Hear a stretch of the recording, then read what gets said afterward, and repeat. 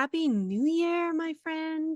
I am recording this podcast in real time because I didn't want to presume how I was going to feel rolling into 2025. And so I wanted to give myself the space to actually be able to share that with you as as it happened. And just like everything else, I feel like this new year came way too quickly. I'm not ready to start it yet, and I'm actually not really going to. So I'm going to explain what that means. But basically, I just want to say from the outset of this that this is a do it your way kind of style conversation about goal planning, reflection, and how to set yourself up for the best version of the year for you. And just like everything that I say, everything is very subjective. I think it's so important that you don't look at all of the ads that you're seeing right now that are telling you that you need to do this with your body and this with your diet and this with your clothing and get a new wardrobe and change yourself entirely and make sure your goals are set. I don't even have a new planner yet. I haven't changed my calendar over. I feel behind, but I'm only saying that because I know that I'm not really behind because you are in the driver's seat of your own journey, right? Like this is your timeline. Just because a new calendar year rolled over doesn't mean anything changes overnight. Okay. I think we just need that context back. And honestly, I am heading on vacation tomorrow. I'm just rocking into the new year with an extra week off. And I am so excited about that. Husband and I are going to Mexico, just the two of us. We're doing an adults only resort, which I'm so excited about because I love my kids and I love traveling with them. And we did so much in 2024. We did a lot of travel, an adventure travel year. So we did Disneyland with the kids and we did the UK with the kids. And I think we probably put on 20 to 30,000 steps a day during both of those vacations. And I just want to sit on a beach now and just chill and let that space and that clarity come from the quiet that's going to happen in the next week. So actually, I'm really glad that it landed at this time of the year. We ended up, because when you have kids, two dogs, school for them starting next week, hockey, gymnastics, all the things they have to do. It's a big ask to get those things taken care of. So it just worked out best for our family to have that start right now and not, in February, which is actually when we wanted to go because we're celebrating our 15th anniversary this year, my husband and I, which is wild. 15 years married. We've been together for 20 years. I officially feel old. Anyways, so I want to share just a bit about like reflecting and goal setting, how I do it, why I haven't done it yet, and why it's okay if you haven't either. And if you have, maybe you want to, let stack this on to what you've already done. Because what I have learned in the last 7 years of being an entrepreneur is that flexibility is really important when you're planning. I'm a big fan of planning, but like I shared in my last episode, and go back and listen if you haven't, the whole idea of set a plan, do the plan at all costs, make sure that it happens, doesn't always work out the best. Yes, you learn things. And yes, it's like, well, if I don't try to do something, nothing's going to happen. But that's for me how I realized I was doing all the wrong things. So more flexibility is definitely the theme for me.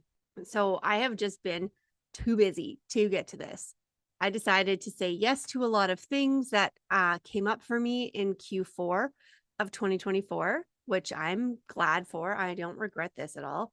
It just did make my last quarter extremely busy with deadlines for work projects and clients that I took on, as well as the madness of December and all the extra school things and holiday concerts and blah, blah, blah with the kids and like making Christmas happen and trying to make fun memories and all of that stuff. It was so much. And I didn't even have time to sit and think about how the year went and all this stuff. Because normally I actually host a workshop for planning and reflection. And I always do it in December because I think it's quite important to reflect on your year in December before, if you are taking time off, before you eat all the Christmas cookies and drink all the wine and forget everything that happened. which is kind of how we feel that. Like, remember going back to work, if you had a corporate job or whatever before, and you were like, what was my password again? How do I log into this computer? That's how your brain kind of is after you shut it off and go into sloth mode for a week. So anyways, that's not to say that it's not possible to reflect and etc. now, just because January happened. Like nothing changed. It's just like 2 more days since December is the reality of it. So I will say that it's really important when you're going through the process of reflecting to give yourself some space. One of the main things that I find works well is to actually get out of your normal space. Like, don't do this in your office, do this somewhere else. I had historically, for a few years, taken myself on a little business retreat where I would like book a cabin in the woods for 2 nights and just take all my sticky notes and all my dreams and get really excited and just like order great takeout, take a bottle of wine and just like have the best kickoff to the new year doing that. And that's something that I've loved to do in the past. I'm not doing that this year while I'm going to Mexico. My husband's coming and I'll probably spend a little bit of time doing this kind of thing, but it's not going to be an intense structured process like it may have been in the past. Because really, I think what you need in order to reflect and to set goals is some quiet space. So moving yourself out of your normal situation can be really helpful for that. Another couple of questions to ask yourself when it comes to reflecting on the year is what brought you the most joy? So this is actually in my workbook that goes along with my workshop that I've done. What brought you the most joy? And make sure you're always thinking about your business and your personal life because you're building a business around your life. It's like life first, business, not what was that fun work thing that I did. Sometimes it is that for me. I'm not going to ever stop talking about that. I went to Nashville and I spoke at a conference. So awesome. So cool. And I got to travel, and traveling is one thing that I super love doing. And that's the lifestyle that I want to create. So what is the business that I need that creates that for me? So what brought you the most joy? What are you most proud of?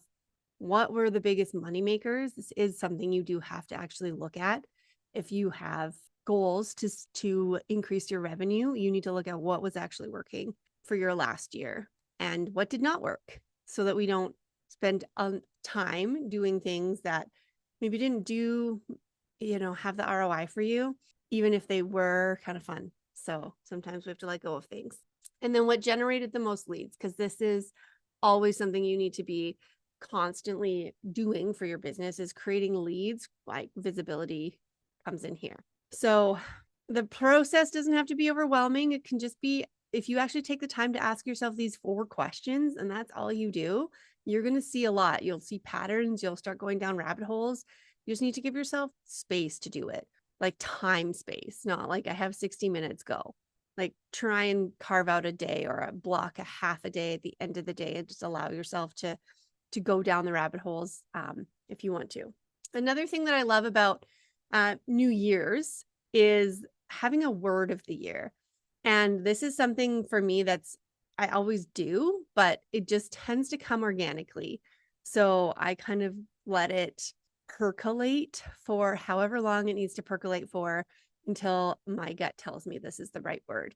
So there's absolutely nothing structured about that process. It is very, very much just trying to get in tune with my own intuition and hearing what I need to hear for myself. And so last year, my word was allow, which to me meant I was just allowing opportunities to come. I was allowing myself to explore new things, changes, anything that was different, and also allowing things to happen in their own time, which is a huge challenge for me because I like to be in control of everything.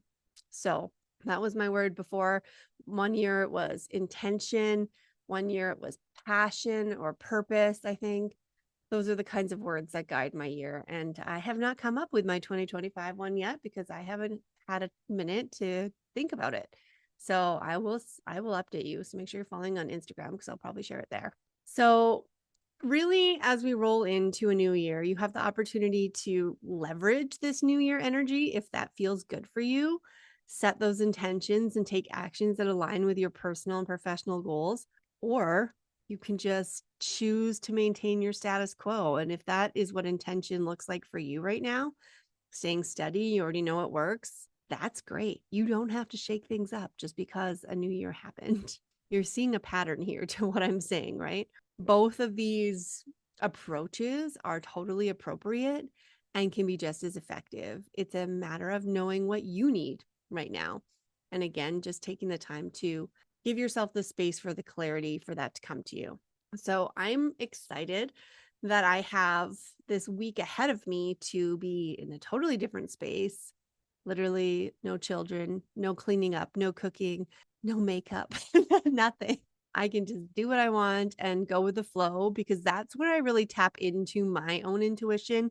One of the things I can't wait to share with you on the podcast this year is my friend Mia Polson, who is a human design expert among so many other things. And this is something that in 2024 has made a huge difference for me, is really getting in touch with what my human design is. And if you don't know what that is, human design is essentially your personalized blueprint for how you operate the best in the world, for what you need to give and receive, and how you can check in with your own intuition and all those things. And I am a generator. That's my human design energy type. And that has been a really interesting to reflect on what that means. And one of the things that means is that my decision making center is like my sacral, so that means my gut. I have to learn how to trust my gut more and not be too much in my head on things. And so getting into a state of flow in being able to just follow what I want to do, like what do I want to eat, when do I want to get up, do I want to work out now, and having a whole week of that ahead of me, I know is going to create an amazing environment for me to be able to do this kind of reflection and planning that I want to do. And what comes out of it, I'm not holding that to any particular standard. So it doesn't have to look like, a spreadsheet or a big calendar that says that I'm launching things at certain times. I'm just looking to create one big cohesive vision for what I want in 2025 and to think about the pieces that support that happening. So, of course, when your vision is, I don't know, I can't even think of an example, but there's multiple elements to this. And part of when I'm doing planning and guiding through the workshop that I teach, it's about your personal goals. I break it up into 3 sections: personal goals, self goals, and business goals. Personal is like all of the like your relationship stuff, things that you want to do. I want to travel. I want to do things with my kids. I want to make sure that I'm seeing my friends regularly, like those kinds of things. Because if you're like me, it has to be on a list. It has to be written down as a goal in order for you to actually prioritize it. And if all we do is just put down business goals, then we're only going to think about our business and the rest of the stuff will fall by the wayside. And I'm not okay with that for me. So just think about whether you need to make that intention as well. The self goals are like self-care, health goals. I like to get my nails done every month. I want to make sure that I use all my benefits from my husband's company to get massages and all of that kind of stuff. Maybe I like to get a facial every now and then. Try new things. Like I went and got my eyelashes lifted and tinted the other day. So if you're watching this on video, I don't have any makeup on, but it kind of looks like I still have some, which is kind of cool. I don't know. It's just something I wanted to try. So like allowing myself to do that. And then the business goals, of course, are money making activities, things you want to do, and what that looks like. And so one cohesive vision, breaking it down into those sort of 3 parts and thinking about how those all come together to give you, like, to get you on that path. So it's a moving target, but you have to have one, right? So it is frustrating to go into a year or to just be completely unclear about what you're working towards. Like if you don't have a goal at all or a vision, let's just broaden it to vision, then you may feel very disjointed. You may feel unclear. That may create frustration. So this is why it's so valuable to actually go through a process like this and to set some sort of a target for yourself. for the time frame ahead, whatever that is, whether that's a year, 5 years, if you're big picture, 10 years looking out. I'm starting to think like next 10 to 15 years, I might want to retire, which is crazy. I haven't actually thought about the act of doing that ever. It's like, yeah, we put money away to save for this, whatever retirement looks like, but maybe that's a thing that's actually in my mind now. And I can think about what that might look like. So, anyhow, I hope you've enjoyed this live rambling of how to plan and strategize, but also just give yourself some grace and space to have the clarity to create the vision for the year that you want on your own timeline, however you want to do it. That's the best way that's going to work for you. And if you want some support with this, please just send me a message, because I do have a recording of my workshop and the workbook and everything available, and I can hook you up with that. So let me know. Happy New Year. I hope that 2025 brings you everything that you want it to and more in all of the good ways.